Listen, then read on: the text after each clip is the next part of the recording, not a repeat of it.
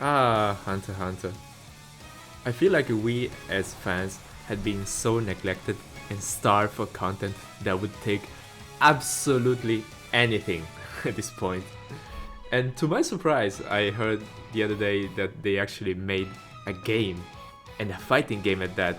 So I got actually super excited because I grew up with arcade games. I grew up playing Street Fighter, Tekken 3 was one of my favorites, and I played a little bit also Mortal Kombat. I'm definitely not an expert, I'm just a casual fighting game player, but it has become such a niche type of game that I had to check it out. And nonetheless, it's Hunter x Hunter, come on. I mean, at this point, I think we as fans have gave up on the fact that they will ever finish the story, but you know, we'll take whatever they're gonna give us. And I actually spent 2 hours playing this game to see if it's actually worth it, because oh boy, there's so much to unpack here, and I'm gonna talk about the good, the bad, and the ugly, because there's so much actually.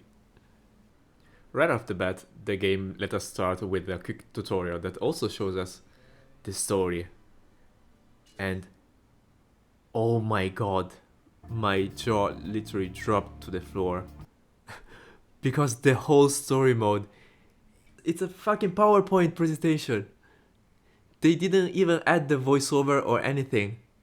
It's just like images that you scroll over by pressing skip. And not only that, the worst part is that they throw you in the middle of the story without any context, without explaining anything. So if you're a new player, you're not gonna understand what's going on. You're not gonna understand the world of Hunter x Hunter. And the only way for you to enjoy it, it's if you are already a fan and you already know the story, so you already know where you are. But yeah, this is so freaking pathetic. I cannot believe that they okayed this in 2025. I mean, if it were like a super low budget game, I would understand, like a super how to say, indie game, but not something that holds the title of Hunter x Hunter. Come on, you can do better. The tutorial in itself is not that bad, but oh my god, these graphics.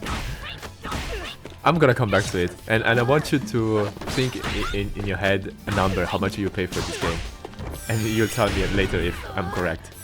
But actually, it's not super bad, because what the fuck? I mean, it's close to the anime, so it's really reminiscent. I didn't mind too much. And the moves are really beginner friendly.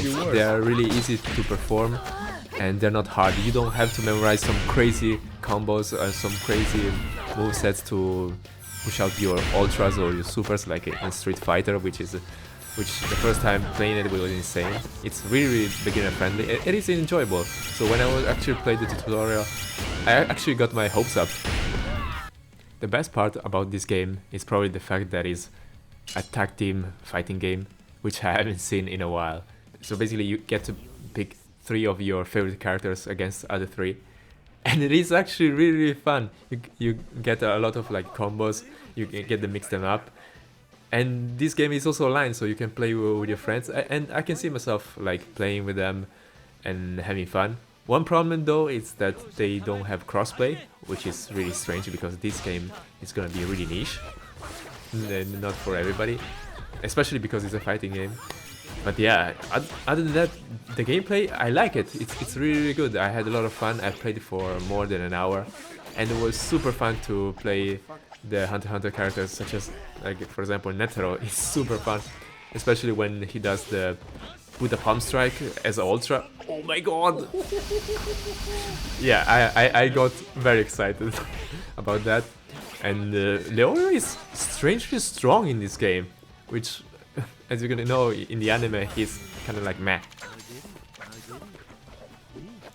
Also, on a side note, they actually kept in the scene where basically Hisoka flashes Gon and Killua, which I find it freaking hilarious. But don't let that distract you from the fact that Bungee Gum has both properties of rubber and gum. Another great thing about this game is that because it's not very graphically demanding, you can basically run it on any PC. You can probably run it even on a potato, because the requirement for the processor is an Intel Core i7 3770, which is probably a processor from more than 10 years ago at this point. And the requirement for a graphics card is a GeForce GTX 660, which is ancient at this point. I mean, if you still have it and you're still running it, I mean, I'm clapping my hands for you, because at this point you are taking care of the elderly, you are a good guy, and you're doing a service to this graphics card. But yeah, you can basically run it on anything, you're not gonna have any issues. So far we've seen some bad things, but also some redeeming qualities. And the game in and of itself, it'll be fine. It's not great, but it's fine, it's fun, it is enjoyable.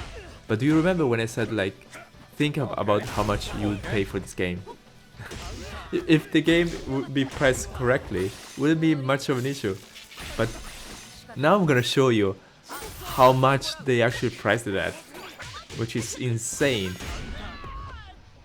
Some CEO at some Looney Tunes studio, whoever made this game, thought it was a good idea to put a €60 price tag to the base game and a €75 to the deluxe edition.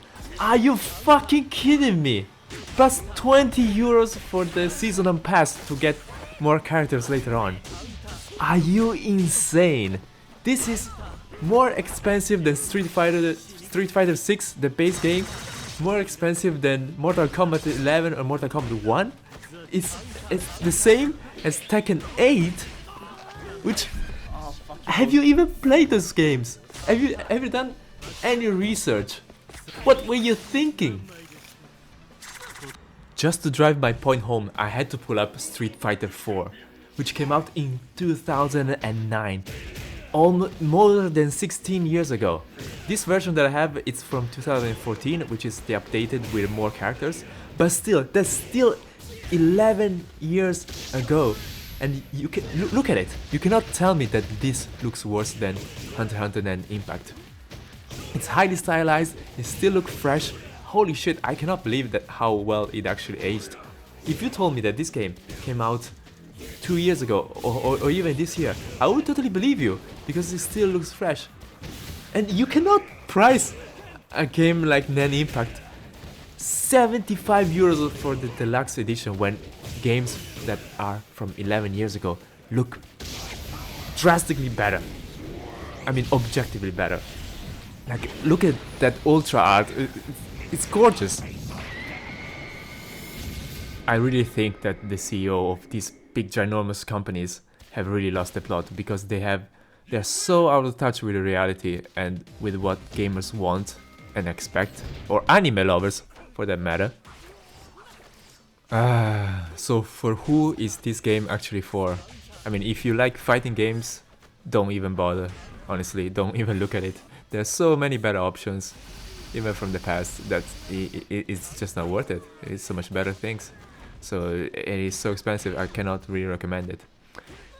This is only for the hardcore fans, hardcore Hunter x Hunter fans, that are really nostalgic about the game and have 60, 75 euros to throw away, basically. Which is a real pity, because I went in really wanting to like this game, and in of itself, I think the game is fine. It's okay for what it is. But the price is just so outrageous. It is insulting to the gaming community and to the gamers in general. I mean, if you find it on sale on Steam for like 30 euros, yeah, probably that's a decent price. If you have other friends that also play it, you can have fun online. But yeah, as it is, it's a no. It's a miss for me. But hey, I could be wrong. Maybe out there are some crazy hardcore Hunter x Hunter fans that really want a game and are willing to throw away 75 euros for that. I don't really know. If you are, please tell me, because as from my perspective, it's really not. But I'm more of a casual when it comes to gaming and that. So let me know. Thank you guys for watching and see you next time.